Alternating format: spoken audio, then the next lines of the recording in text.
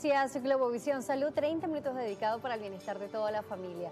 Les saludo como siempre Daniela J. Salas en nombre de todo el equipo técnico y de producción que hace posible que este espacio llegue hasta sus hogares. Como siempre, en interpretación de lengua de señas, nuestro compañero Joshua Llanos. Y como lo veíamos, hoy vamos a hablar sobre la respiración, este acto tan natural que hacemos todos los seres vivos para poder vivir y tener también ese oxígeno necesario para todo nuestro organismo. Pero como lo escuchaba, nuestra respiración puede hablar de nuestra salud y puede ser que no estemos respirando correctamente. Y por eso, para hablar de este tema, nos acompaña la doctora Teolinda Mendoza de Morales, médico otorrinolaringólogo, quien nos va a explicar sobre este tema tan importante. Gracias por acompañarnos una vez más. No, y gracias por la invitación. Es un placer estar acá para hablarles sobre lo cual trabajo todo el tiempo. Claro Como que sí. otorrinolaringólogo soy especialista de la vía aérea, pero en especial la vía aérea superior. La respiración normal es silenciosa. El paso del aire a través de las vías respiratorias produce un sonido, pero que no es audible. Nosotros los médicos lo vamos a oír es con el estetoscopio. Cuando una persona está respirando, tiene una frecuencia que puede variar en amplitud dependiendo de la edad, dependiendo de la actividad física, que también es importante. No solo que no produzca sonido, sino su frecuencia y amplitud. Por supuesto. Son signos de vida y se necesita respirar bien para oxigenar bien. Si no oxigenamos bien, empiezan a lesionarse sistemas muy importantes de todo el cuerpo. Los sonidos son muy variados. Vamos a tener unos sonidos y nosotros los especialistas de las vías respiratorias podemos oír un sonido y ya ubicar a qué nivel de ese tracto respiratorio está la obstrucción. Es más, hasta sospechar la posible etiología. Ya cuando entra al consultorio un asmático y uno siente ese silbido, esa respiración con sibilante, ya uno sabe este paciente es un asmático, sin necesidad de colocar el estetoscopio.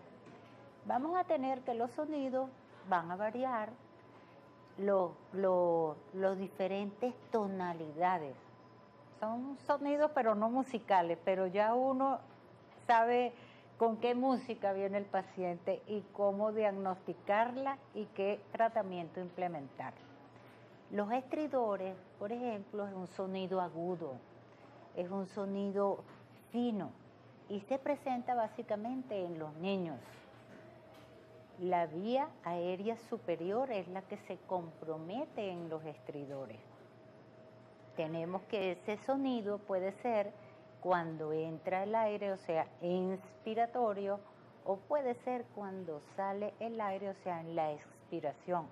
Pero también puede ser en las dos fases de la respiración, y eso se denominan bifásicos.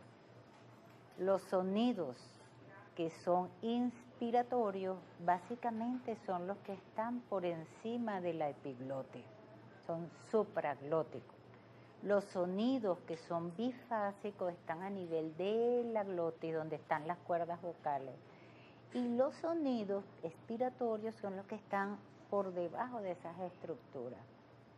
Por ejemplo, cuando no hay compromiso en la vía aérea superior, sino solo pulmonar, a nivel de los pulmones son 3 los sonidos que se van a producir.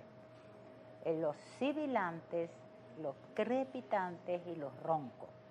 Todos ellos son estertores y nosotros con nuestro estetoscopio sabemos identificar cuál es uno, cuál es el otro y en qué patologías están. Por supuesto, también nos está preguntando sobre el descanso, porque en el descanso también puede variar nuestra respiración e incluso nos preguntan sobre el ronquido. Buena música que siempre está con nosotros conectado, nos escribe y nos dice, se dice que las personas que roncan no respiran cuando duermen.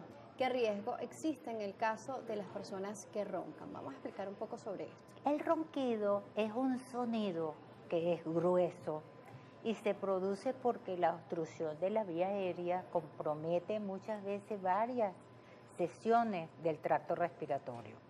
Entonces, los adultos son los que más roncan, pero también los niños.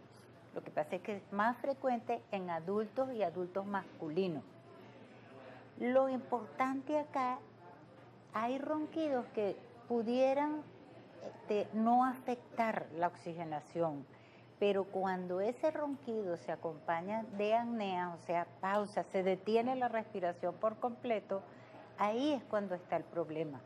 Esa es una patología grave, un ronquido con apnea.